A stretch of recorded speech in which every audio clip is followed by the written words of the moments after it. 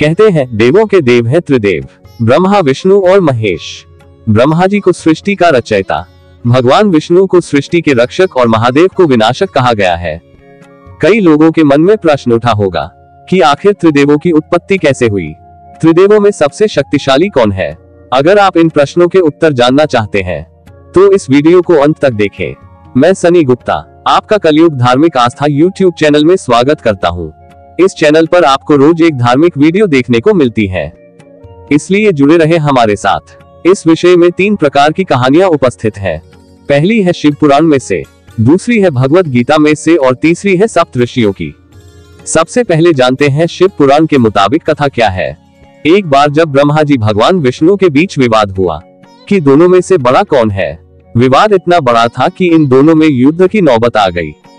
तभी इन दोनों के बीच एक अग्नि स्तंभ प्रकट हो गया। तभी ब्रह्मा जी और भगवान विष्णु ने तय किया कि जो स्तंभ के अंत तक सबसे पहले पहुंच पाएगा वही श्रेष्ठ होगा। इसके बाद भगवान विष्णु स्तंभ के अंत तक पहुंचने के लिए नीचे की तरफ गए और ब्रह्मा जी ऊपर की तरफ, पर दोनों में से किसी को भी इसका अंत नहीं मिला। भगवान विष्णु ने अपनी हार मान ली, लेकिन ब्रह्मा जी ने बताया कि उन्हें अंत मिल गया है, लेकिन वह असत्य था। ब्रह्मा जी के असत्य बोलते ही उस अग्नि स्तंभ से प्रकट भगवान शिव हुए और ब्रह्मा जी के 5 मुखों में जो असत्य बोले थे उसे काट दिया और श्राप दे दिया कि संसार में उनकी कोई पूजा नहीं करेगा, और भगवान विष्णु को अपने समान पूजे जाने का वरदान दिया था। और ये कथा शिव पुराण की है और इसके मुताबिक भगवान शिव सबसे बड़े हैं। अब बात करते हैं श्रीमद् भागवत की कथा के बारे में। जब एक बार सप्त ऋषियों में चर्चा हो रही थी, ब्रह्मा विष्णु और महेश में से बड़ा कौन है, इसलिए उन्होंने त्रिदेवों की परीक्षा लेने की सोची और इसके लिए उन्होंने भृगु ऋषि को कहा। भृगु ऋषि परीक्षा लेने के लिए सबसे पहले परमपिता ब्रह्मा जी के पास गए और उनका अपमान किया, और इस अपमान पर ब्रह्मा जी बहुत क्रोधित हो गए। इसके बाद भृगु ऋषि भगवान शिव के पास गए और उनका अपमान किया, और बाद में जब भगवान विष्णु के पास गए तो विष्णु जी विश्राम कर रहे थे।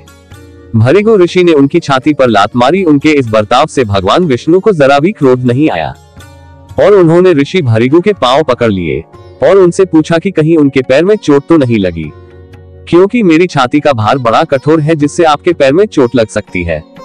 भगवान विष्णु की बात सुनकर भृगु ऋषि ने माफी मांगी और सप्तऋषि ने माना कि त्रिदेवों में से भगवान विष्णु श्रेष्ठ है। अगर इन कथाओं की माने और मनुष्य अपने तमाम बुद्धि लगाकर भी सोचे तब भी त्रिदेव की तुलना नहीं कर पाएंगे। शिव पुराण विष्णु पुराण में इन दोनों ग्रंथों में त्रिदेव को सर्वश्रेष्ठ बताया गया है और ऐसी कोई जानकारी नहीं है कि इनमें से सबसे श्रेष्ठ कौन है। अब बात करते हैं तीसरी कथा की, और इसके अनुसार भगवान विष्णु, ब्रह्मा जी और शिव जी एक साथ बैठे थे। तब शिव जी ने सोचा कि जब मैं विनाशक हूँ तो क्या मैं अपनी शक्तियों से किसी का भी विनाश कर सकता हूँ?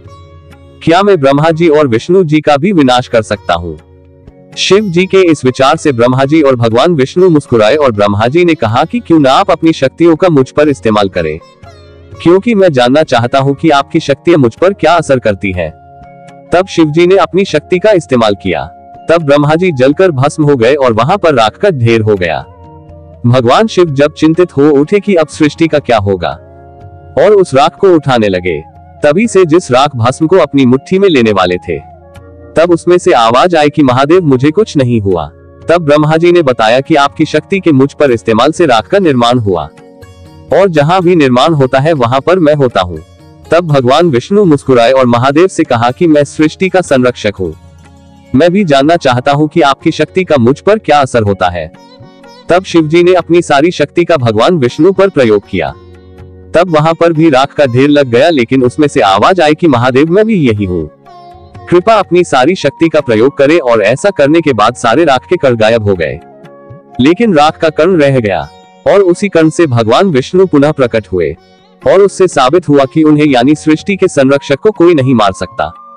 तब महादेव ने सोचा कि ब्रह्मा विष्णु जी का विनाश नहीं कर सकता, और अगर मैं अपने आप का विनाश करूं तो क्या उनका विनाश भी हो जाएगा, क्योंकि अगर मैं नहीं रहा तो विनाश नहीं रहेगा और बिना विनाश की रचना नहीं हो सकती, और अगर रचना नहीं होगी तो उसकी रक्षा की जरूरत नहीं रहेगी।